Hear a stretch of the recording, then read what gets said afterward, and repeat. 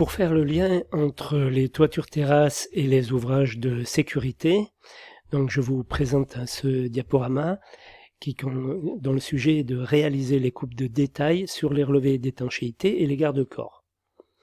Donc l'idée, c'est d'être capable de représenter une coupe sur un relevé d'étanchéité, sur les éléments porteurs et avec un garde-corps. Donc un ouvrage d'étanchéité appliqué sur tout ou partie de la hauteur d'un relief et raccordé aux parties courantes du revêtement d'étanchéité,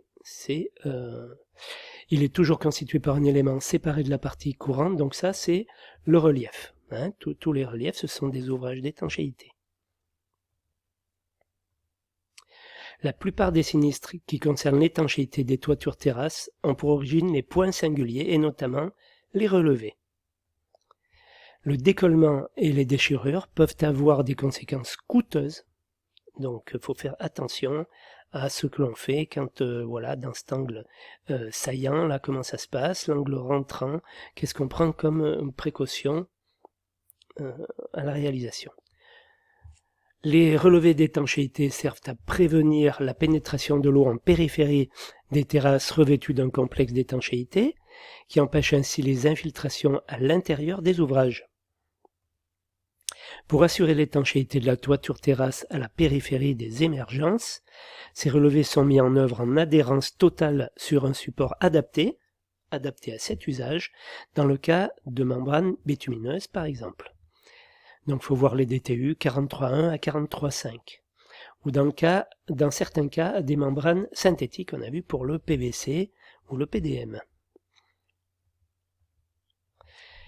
Et pour des hauteurs de relevé courantes jusqu'à 20 cm, voire 40 suivant un avis technique pour tel procédé d'étanchéité, réalisé en pose libre et maintenu en tête par collage sur une tôle colaminée. On met donc en tête une tôle colaminée et on vient fixer le relevé. On vient coller là-dessus pour assurer l'étanchéité. On peut venir ici mettre du mastic, certains mastiques qui évitent à l'eau de passer à travers. Tout ça, bien entendu, c'est collé. Ça, c'est représenté pour qu'on voit la différence. Mais tout ça, c'est fixé et collé intimement. Ou fixé mécaniquement, ça peut être donc collé et vissé. Donc les décollements et les glissements peuvent avoir plusieurs origines. Soit ça vient que le support est humide, le décollement est issu de la pression de vapeur d'eau. Soit c'est un défaut d'imprégnation, absence, insuffisance ou nature inadaptée de l'imprégnation, la couche d'imprégnation, puis les différentes, quand il s'agit d'étanchéité bitume. L'aspect glacé du support, donc l'aspect glacé du support, c'est sur le béton, à la fin, il a séché trop vite, ou il y a eu un défaut et la laitance est restée en surface, et la laitance, c'est comme de la poussière.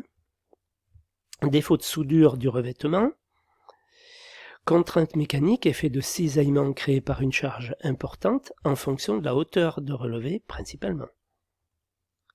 Absence ou défaut de protection en tête de relevé, il n'y a pas d'engravure, il n'y a pas de béquet, ou il n'y a pas de solin, forcément, là, l'humidité va passer.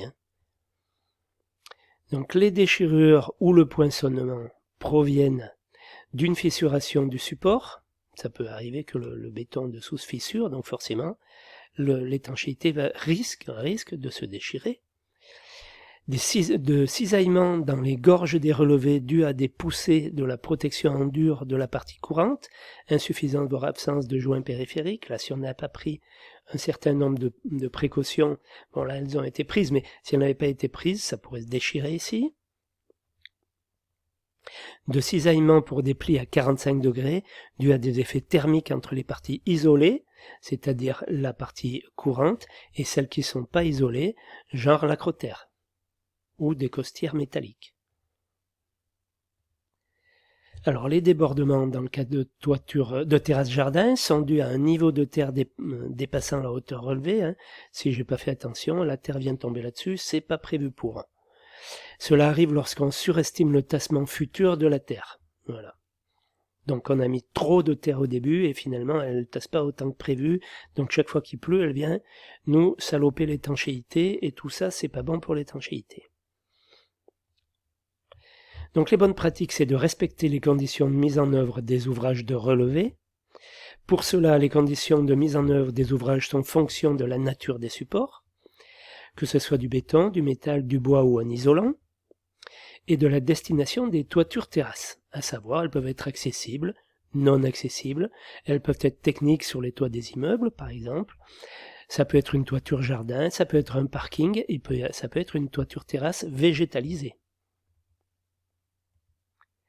Elles sont fixées par les avis techniques des procédés d'étanchéité, qui renvoient pour les procédés d'étanchéité traditionnels au DTU 41.3 à 41.5.